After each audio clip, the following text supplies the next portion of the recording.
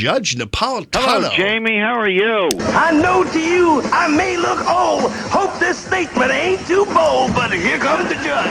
Well, Happy New Year, my friend. And Happy New Year to you and a belated Merry Christmas. How are you? I am fine. On this 10th day of Christmas.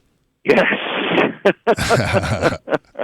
I like rubbing it in because I'm a big pain in the rear for people because I insist that Americans celebrate Christmas backwards. What does that mean? Well, they all the holidays, all the parties, all of this, all of that takes place before Christmas, when in fact we're in Christmas now. Got it. You're right. You know what I'm saying? Yes, you are right. You are right. So I was talking about this meeting, this Donald Trump Intel meeting, and how unusual it is to see a lack of curiosity on the part of the news media and others as to any kind of palpable, concrete, on-paper evidence that Russia was trying to influence this election.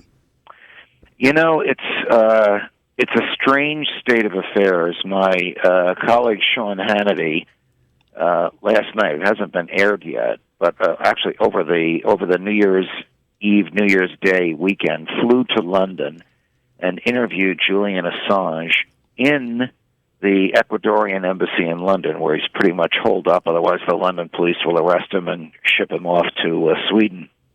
And asked him point blank and several times and several different ways if his source for these emails, and there was about 55,000 of them that he released, was the Russian government or anyone affiliated with the Russian government or anyone in Russia.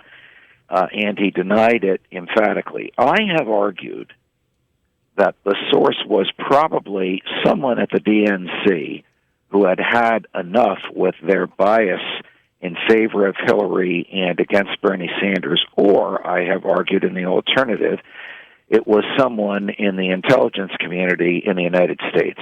The intelligence community in the United States has been furious at Mrs. Clinton because she exposed the true names and whereabouts of undercover intelligence agents in the Middle East by the reckless manner in which she handled state secrets, and they have been furious about it since then. Now, how can some intelligence people advise the president? It was the Russians and other intelligence people advise the president-elect there's not enough evidence that it was the Russians? Well, because they're all looking at the same evidence.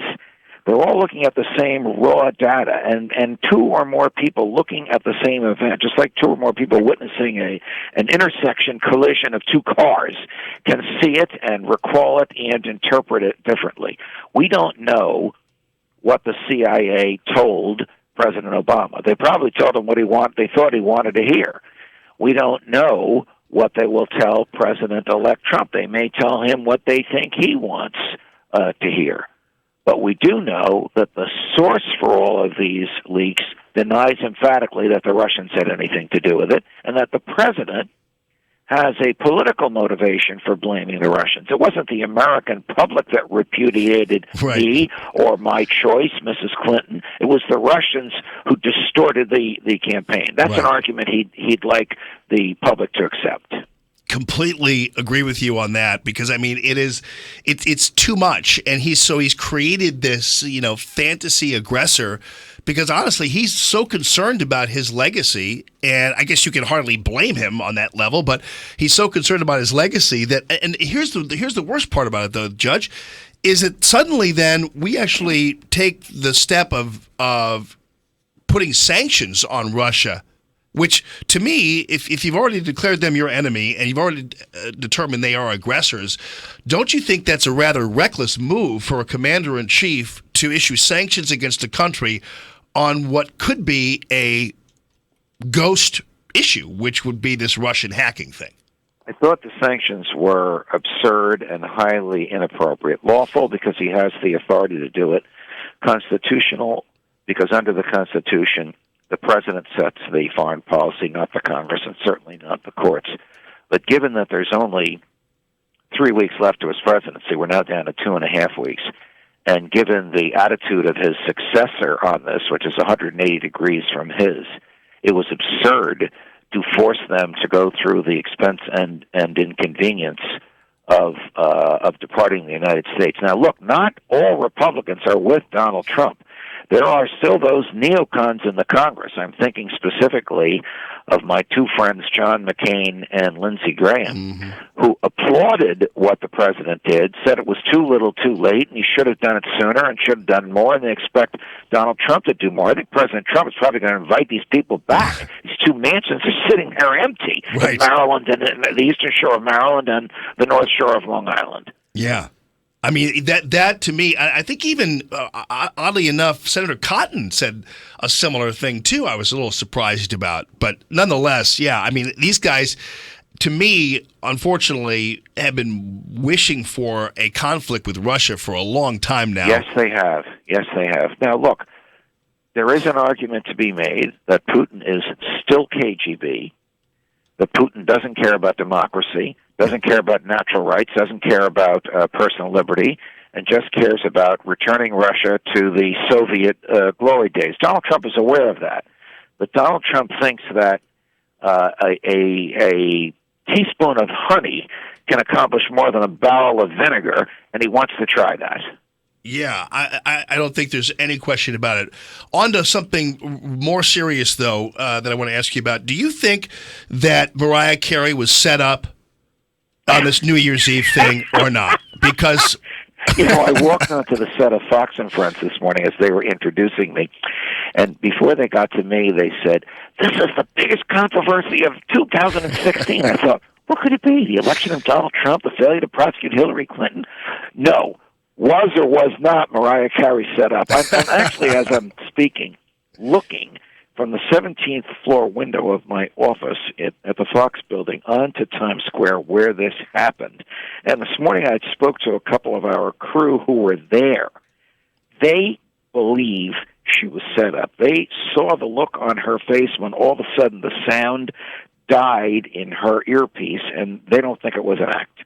Why would the producers of a show that has 1 billion people watching it sabotage their own show? It's beyond me.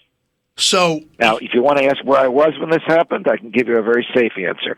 I went to bed at 10 o'clock and I was asleep by 10:15. And then your Twitter feed, you woke up to your Twitter feed all about Mariah Carey, right? Right.